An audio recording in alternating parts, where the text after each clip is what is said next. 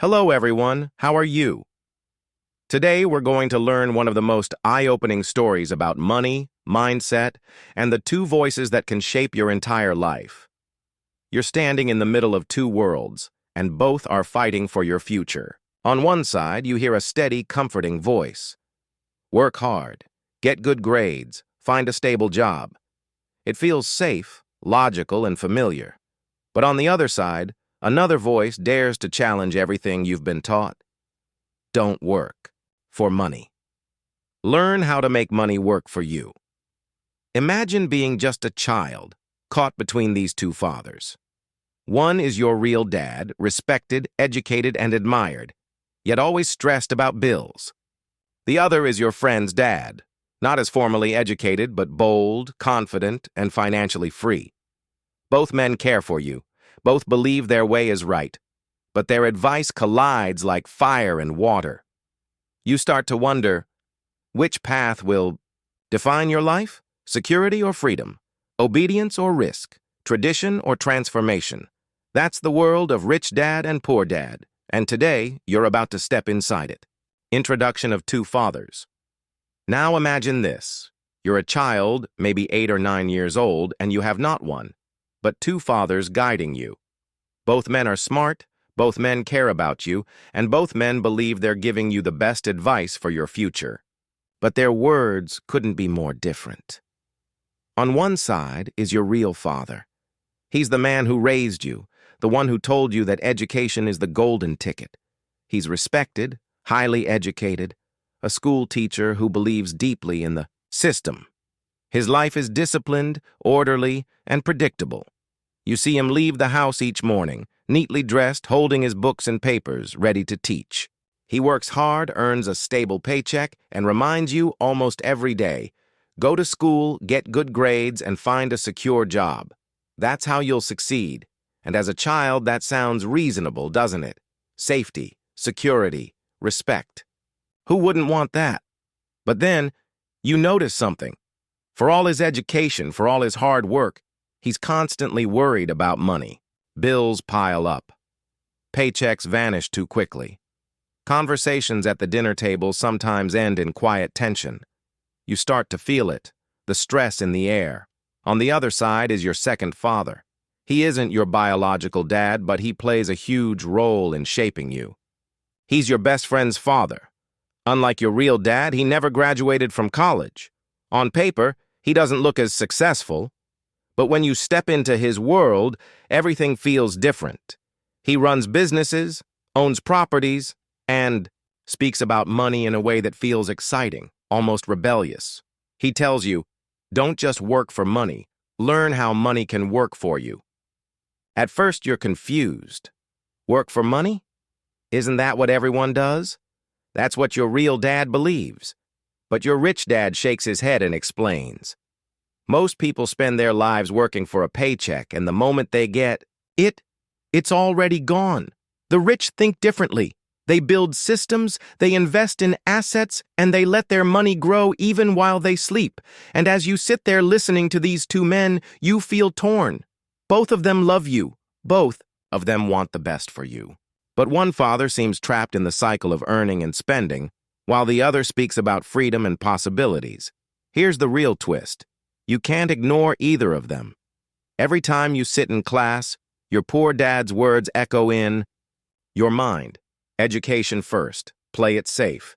And every time you visit your rich dad, his words burn into your imagination. Take risks, think differently, don't fear money, control it. Two fathers, two voices, two paths, and you, right in the middle, forced to choose which world will shape your destiny. But which one would you listen to? The first turning point, picture yourself sitting across from a man who seems to hold secrets no one else dares to whisper. You're still young, still trying to understand the world, and your mind is like a sponge, hungry, restless, searching for answers. You've grown up hearing the steady rhythm of your poor dad's advice. Study hard, get a job, play it safe. Those words are etched into your memory like stone carvings. But today, your rich dad leans forward, lowers his voice, and drops a sentence that rattles your entire foundation. "I don't work for money," he says, pausing to let the weight of the words hang in the air. Then he adds, with a calm certainty that feels almost dangerous, "I make money work for me." You freeze. The words don't even make sense at first. How can money work for you? Isn't money something you chase, something you sweat for, something that slips through your fingers the moment you earn it? You think about your real dad, the long hours, the paycheck gone before the month is over, the stress that never leaves his shoulders. And then you glance at your rich dad, calm, confident, smiling as though he knows something the rest of the world has missed. Curiosity sparks inside you. It isn't just curiosity, it's hunger. For the first time, you feel that maybe, just maybe, there's another way to live. A way where you're not chained to a paycheck, not trapped in the endless loop of bills, taxes, and fear. Rich Dad notices the look in your eyes. He leans back, almost as if he expected this exact reaction. "Most people spend their entire lives running on a treadmill," he explains. "They work harder and harder, but they never move forward. They trade time for money, and when time runs out, so does their wealth. But the rich build systems. They plant seeds. They create assets that grow, even while they sleep." The words settle deep inside you, and suddenly the world feels bigger, brighter, almost dangerous. You can't stop thinking about it. That single phrase, "I make money work for me," keeps echoing in your mind even as you walk home. Even as you lie awake in bed staring at the ceiling, you start to question everything. Why doesn't anyone teach this in school? Why do adults always talk about saving but never about investing? Why is everyone so afraid of money, as if it's a monster waiting to attack them? The spark has been lit. And once curiosity takes hold, there's no turning back. This was the moment Robert, and you, by stepping into his shoes, felt the shift. The moment you realize that the rules you've been handed may not be the only rules that exist. And once you've seen a glimpse of another path, can you ever go back to the old one? The rat race. Revealed, you wake up to the shrill sound of an alarm clock. It's dark outside. Your body is tired, but you drag yourself out of bed because there's no other choice. You dress quickly, rush through breakfast, and join the stream of cars crawling toward the city. Every day feels the same. Work, paycheck, bills, repeat. Now imagine John. He earns $3,000 a month. At first, it feels like enough. He pays rent, buys groceries, covers his bills. But as soon as he adjusts, expenses creep in. The car breaks down. The kids need new clothes. A small vacation seems deserved after months of grinding. Suddenly, that $3,000 is gone before the month even ends. Then comes the promotion. Relief, right? His paycheck jumps to $4,000. He feels like he's finally moving up. But what happens next? A bigger apartment, a newer car, maybe a credit card, or two. And just like before, the money vanishes. The numbers are higher, but the stress feels the same. That's the rat race.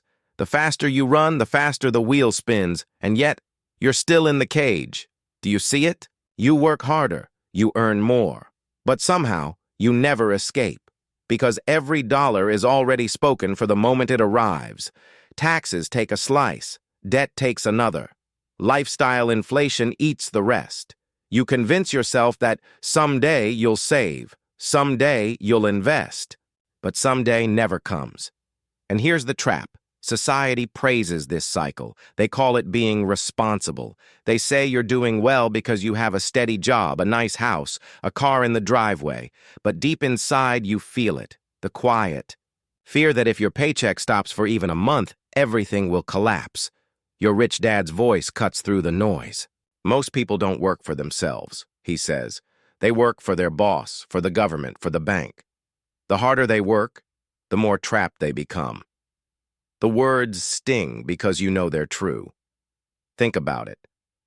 Who really benefits when you work harder for a raise? The government collects more taxes. The bank earns more interest if you take a bigger loan. The store takes more of your money when you upgrade your lifestyle. You keep running, but you're not running for yourself. And the scariest part? The rat race doesn't end with more money. It ends only when you decide to step off the wheel. But stepping off requires something few dare to learn. How to make money work for you instead of you working for money. So you have to ask yourself, how long can you keep running? Another year? Another decade? Your whole life? Because here's the truth you can't escape. If you don't break free, the rat race will break you. The asset versus liability lesson. You're sitting at the table, notebook open, pen in hand. Your rich dad looks at you the way a mentor looks at a student right before revealing the truth that changes everything. He draws two simple columns on a blank sheet of paper. On the left, he writes assets. On the right, he writes liabilities. Most adults, he says, never learn the difference between these two.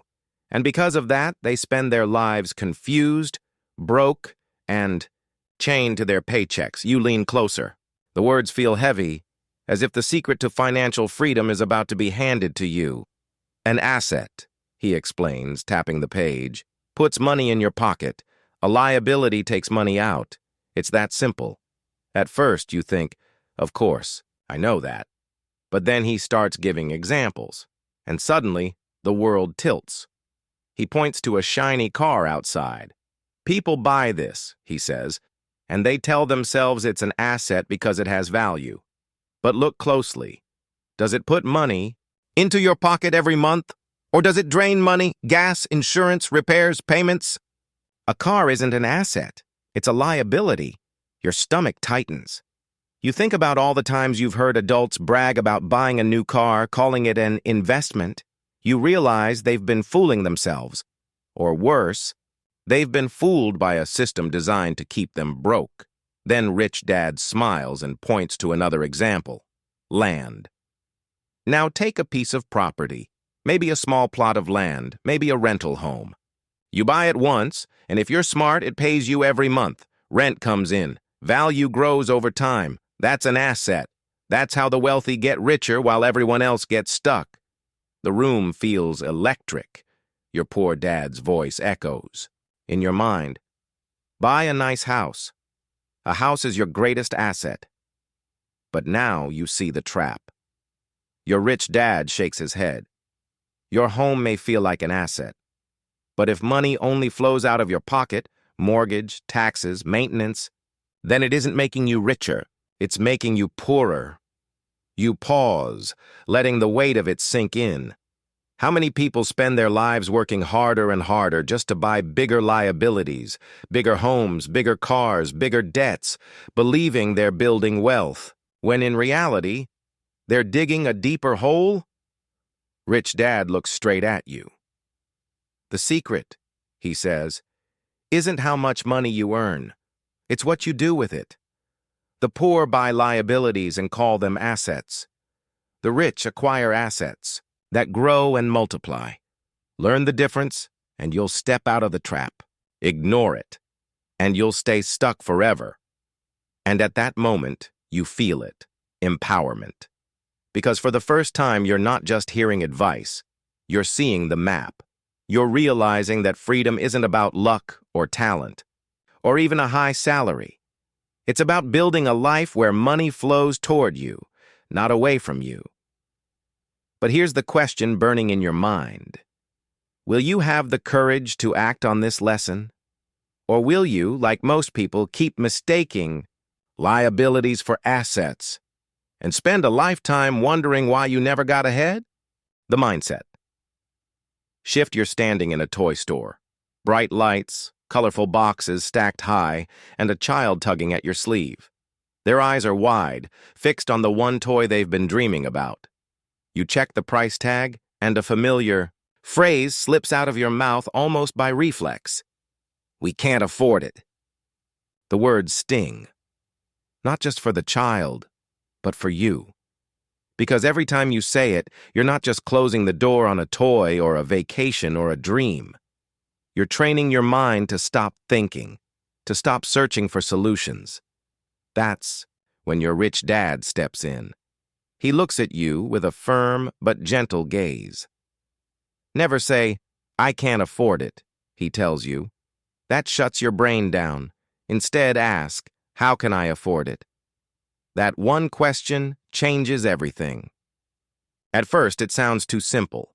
Just change the words? Can that really shift your reality? But then he explains, and suddenly it clicks. When you say, "I can't afford it," your brain accepts defeat. It shuts the door, turns off the lights, and walks away. But when you ask, "How can I afford it?" your brain wakes up. It starts searching for answers. It looks for ideas, opportunities, possibilities. You think back to that child with the toy. Imagine if instead of saying, "No, we can't," you said, "How can we?" Suddenly, the conversation changes. Maybe you brainstorm ways to earn extra money. Maybe you cut a small expense. Maybe you even turn it into a game of creativity and problem solving. The toy stops being just a purchase. It becomes a lesson, a spark of possibility. And then it hits you. This isn't just about toys or small desires, it's about life itself. How many times have you told yourself, "I can't afford a business, I can't afford to invest, I can't afford freedom"? Every time you've said those words, you've been chaining yourself tighter to the life you're trying to escape. Rich dad leans forward. The poor say, "I can't." The rich ask, "How can I?" One keeps you stuck. The other opens doors. It feels like a switch flipping inside your mind. For the first time, you see money not as a wall, but as a puzzle. Not as an enemy, but as a challenge to outthink. And with every challenge comes growth. You realize that hope doesn't come from wishing your situation was different. Hope comes from believing you can create something different, if you dare to ask the right questions. So you look at your own life, the bills, the responsibilities, the fears, and instead of whispering, "I can't afford this," you feel the words forming differently on your lips. How can I afford it? It's a small shift, just a few words. But it's the kind of shift that can change everything, because once you train your mind to ask, to seek, to create, you're no longer trapped by what you have. You're empowered by what you can build. The battle with fear and greed, you've felt it before. That tightness in your chest when bills pile up. That pit in your stomach when whispers of layoffs spread at work. Fear grips you, and suddenly every decision you make is about survival.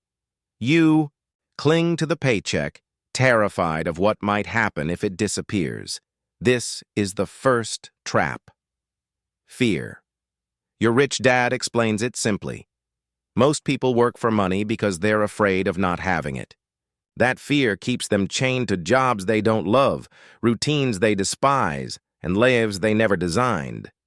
The paycheck becomes their drug, their safety blanket. But fear is a prison. You think about your own life. Every time you've hesitated to take a risk. Every time you've chosen the safe path because the unknown felt too dangerous. Fear whispered in your ear, "Don't step out. Don't try. Don't lose what you already have." But then there's the other side. The shadow, just as powerful. Greed. Greed isn't always loud. Sometimes it's subtle, dressed up as deserving more. You get a raise and suddenly you want a bigger house.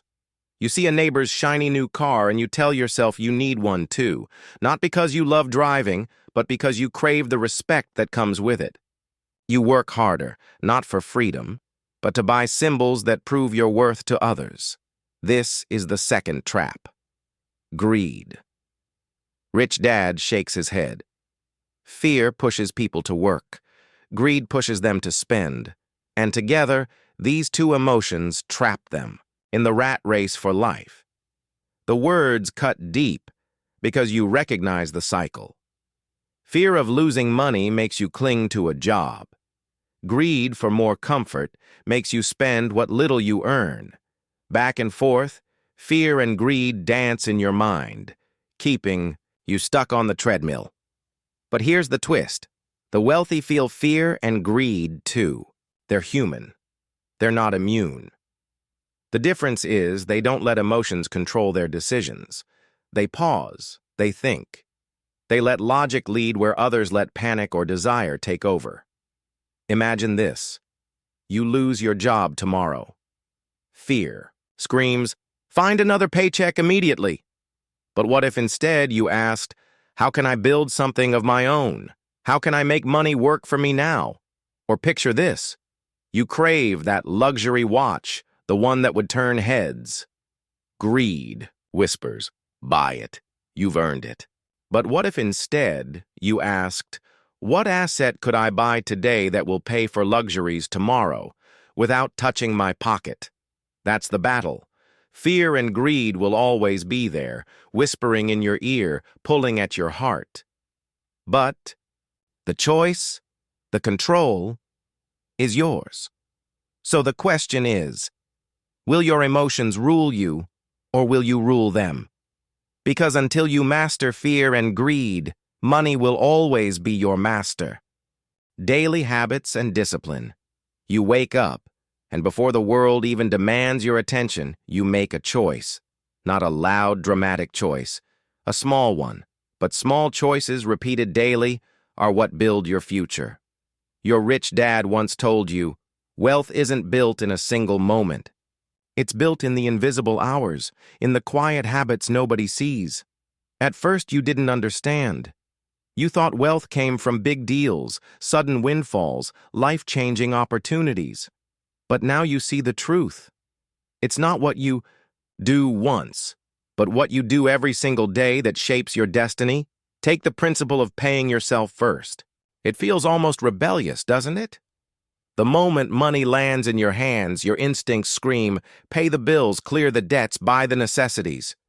But Rich Dad says, no. First, set aside money for yourself, for assets, for investments, for your future. Treat your wealth like the most important bill of your life. It's hard at first. Your mind fights back. Fear whispers, what if there's not enough left? But then slowly, you notice something. When you force yourself to pay you first, you become more creative, more disciplined. You find ways to make the rest work. You cut waste, you focus, and over time, that little portion grows into something powerful. Think of it like planting a tree. One seed doesn't look like much. Drop it into the soil, and for weeks it seems like nothing is happening. But underground, roots are forming, reaching deeper, preparing for growth. Then one day, a small sprout pushes through. You water it, protect it, nurture it. Slowly, season by season, it becomes a tree. Strong, unshakable, producing fruit year after year. That's what daily discipline does for your wealth. You may not see results tomorrow or even next month, but years later, you'll look back and realize those small, consistent habits built a forest of freedom around you. And here's the truth. Discipline isn't glamorous. Nobody cheers when you choose to save instead of spend. Nobody notices when you read for 30 minutes instead of scrolling your phone. Nobody claps when you wake up early to learn, plan, and invest. But when the years pass, those invisible habits are the very reason you're free while others are still trapped. Your poor dad once told you, discipline means sacrifice. But your rich dad reframed it. Discipline means design. Every habit you keep is a brick in the house of your future. So you ask yourself, what habits are you building right now? Are they shaping a life of freedom or a life of quiet regret? Because wealth isn't an event. It's a rhythm, a daily practice, a slow but unstoppable march toward the life you choose to design. And in the end, it won't be luck that sets you free. It will be the discipline to do what others won't, day after day until the results are undeniable. The criticism and doubt phase, you've felt it before. That sting when someone laughs at your dream. That doubt that creeps in when people you respect tell you you're being reckless. It starts small. Maybe it's your poor dad reminding you that the safe path is always better. He looks at you with concern and says, don't take risks. Get a secure job. That's the responsible choice. His words are heavy, filled with love, but also with fear. Then it spreads. Your friends raise their eyebrows when you talk about building a business. They joke about your big ideas. They say things like, "Who do you think you are? Just be happy with what you've got." They mean it as casual banter, but their laughter cuts deep. Even strangers join in. Society itself seems to whisper the same message. Stay in line, don't stand out, don't dream too big. Everywhere you turn, the world praises safety and mocks ambition. And the worst part? You start to believe them. Their voices echo in your mind late at night. What if they're right? What if I fail? What if I lose everything? Doubt crawls in like a shadow, covering every spark of hope you've been building. But then you remember your rich dad's words. His voice is steady, unshaken by the noise of the world. Courage, he told you, isn't the absence of criticism. It's moving forward despite it. If you wait for the world's approval, you'll wait forever. If you act despite their doubt, you'll change your world. He reminds you of a truth few accept. Critics are loud because they're scared. They see someone reaching for more, and it reflects their own fears back at them. It's easier to mock than to face their own chains. You think about the giants of history. Innovators, entrepreneurs, dreamers, every one of them faced ridicule. Every one of them was called crazy before they were called brilliant. What separates them from the rest isn't talent alone. It's resilience. The courage to move forward when the world said stop. And so you ask yourself, whose voice will you listen to? The voice of fear, cloaked in love and safety? The laughter of friends too afraid to dream? Or the quiet strength of courage? The whisper that says, keep going, prove them wrong. Because the path to freedom isn't crowded. Most people don't walk it. Not because they can't, but because they let criticism and doubt block the way. Your rich dad leans closer, his eyes steady. If you let the world's doubt define you, you'll live the life they chose, not the life you want. But if you endure, if you hold your ground, their voices will fade, and your results will speak louder than any critic ever could. So, will you surrender to their laughter, or will you rise above it? Because in the end, the only voice that matters is the one inside you. The legacy lesson. You've spent years chasing the numbers, watching them rise, feeling the rush as your income grows, as your assets multiply. But then, a strange emptiness creeps in. One night you sit in silence, staring at your balance sheet. The numbers are higher than you once dreamed, yet your chest feels hollow, as if something vital is missing. That's when your rich dad speaks again. His voice carries not the fire of ambition, but the warmth of wisdom. Wealth, he says, isn't about how much you keep. It's about how much you give. It's about what you leave behind when you're gone. He tells you a story. Years ago, when his businesses flourished, he decided to fund scholarships for children who could never afford education. At first, he thought it was just charity. But then he watched those children grow. He saw them break free from poverty, build careers, start families, and lift entire communities. His eyes shine as he recalls their faces. That, he whispers, is real wealth. Not the cars, not the houses, not the numbers in the bank. Legacy is when your success plants seeds that grow long after you're gone. You imagine it. A young boy clutching a scholarship letter, tears rolling down his mother's cheeks. A girl walking into a classroom for the first time, her hands trembling with both fear and hope. The ripple effect is unstoppable. One act of generosity echoes across generations, and suddenly your perspective shifts. The assets you've built are not just shields against poverty, they are tools. Tools to lift, to heal, to inspire. But here's the twist. Giving doesn't weaken you, it strengthens you. Rich Dad leans in, reminding you of a paradox most never grasp. The more you give, the more you grow. Because true abundance doesn't shrink when shared. It multiplies. You feel it in your chest now, that missing piece snapping into place. Wealth isn't meant to be a cage of gold. It's meant to be a bridge between your life and the lives of others. And the question burns, what will your bridge look like? Will it be scholarships, feeding families, creating opportunities for those who never had them? Or perhaps something even greater, a movement, an idea, a legacy that outlives you? One thing is certain, money alone will fade. Cars rust, houses crumble, even empires fall. But impact survives. Rich Dad's words echo one last time. Don't just make money work for you. Make money work for the world. Then, and only then, will you understand the true meaning of wealth. And now the decision is in your hands. Will you chase only numbers, or will you chase meaning? Because in the end, legacy isn't measured in what you earned. It's measured in what you gave. Climax and resolution. You've seen the cage. The endless cycle of work, spend, and fear. You've heard the whispers of doubt, the sting of criticism, the weight of fear and greed pulling you back. But you've also felt the shift, the mindset, the habits, the courage to choose differently. Now imagine this. You stand at a crossroads. On one side, the rat race. Safe, familiar, predictable, a cage with golden bars. On the other, freedom. Uncertain, risky, but alive. Which path will you choose?